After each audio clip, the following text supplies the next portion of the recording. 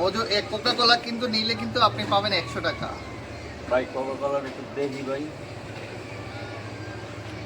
নেন ভাই 100 টাকা আপনি রাখেন, আর এটারে ওই ডাস্টবিনে ফালায় দেন। দর্শক মজু কিনলে কিন্তু আপনার 1 টাকা করে ফিলিস্তিনিরা পাবে, মজু নিলে কিন্তু 20 টাকা পাবেন। 20 টাকাও লাগবো না, এই গরমের মধ্যে এটা দিচ্ছেন, এটা আলহামদুলিল্লাহ। আপনি 20 টাকা আপনি রাইখা দেন। তো দর্শক দেখেন, এই যে আমার এক ভাই কিন্তু আপনার এই যে আমাদের কাছ থেকে কোকা কোলা নেয়নি, কোকা কোলা নিলে কিন্তু আপনার ওই যে এই ভাই কিন্তু 100 টাকা পাইতো। দর্শক আমার পাশে কিন্তু এক ভাই বসে আছে, গরমে খুবই ক্লান্ত মনে হচ্ছে। তো আমার কাছে কিন্তু একটা মোজো আর একটা কোকা কোলা আমি একবার ফ্রিজ থেকে নিয়ে আসছি। দেখি কোনটা পছন্দ করে আমাদের কাছ থেকে আমার এই ভাই। দেখি একটু। ভাইয়া আসসালামু আলাইকুম। ওয়ালাইকুম আসসালাম। কেমন আছেন আপনি? আলহামদুলিল্লাহ ভালো ভাই। ভাই আমার হাতে কিন্তু দুইটা পণ্য আছে, একটা হচ্ছে যে কোকা কোলা আর একটা হচ্ছে যে মোজো। মোজো কিনলে পাবেন আপনি 20 টাকা, আর কোকা কোলা নিলে কিন্তু পাবেন 100 টাকা। আমাদের কাছ থেকে দুইটা প্রোডাক্ট আছে, কোনটা নেবেন আপনি?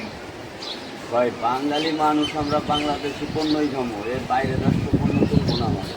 মানে কোকা কোলা নেবেন না? না না, কোকা কোলা কেন নেবেন না? কোকা কোলা নিয়ে কী করব? কোকা কোলা নিলে আপনার আমাদের যত মুসলিম ভাই বেরাদার আছে তাদেরকে সবাই মেরে আলাই ইসরায়েল, ইসরায়েলি। তো যার কারণে এটা চলবো না। তাহলে মোজো নেবেন।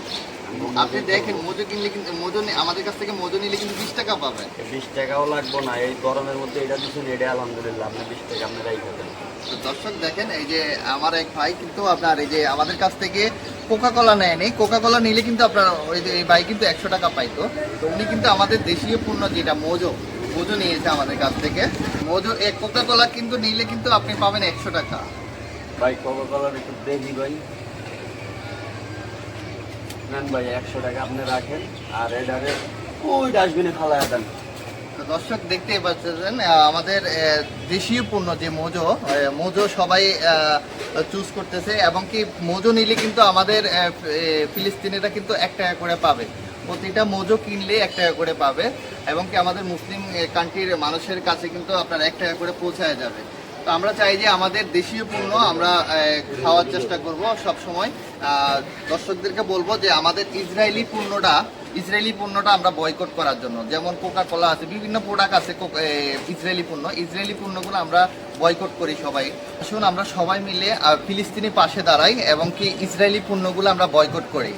আমরা ইসরায়েলি পণ্য প্রতিটা আমাদের বাংলাদেশের যতটা দোকান আছে, দোকানপাটে সব পণ্য আমরা যেন বয়কট করে আমরা সবাই মিলে এগিয়ে আসি ফিলিস্তিনের পাশে।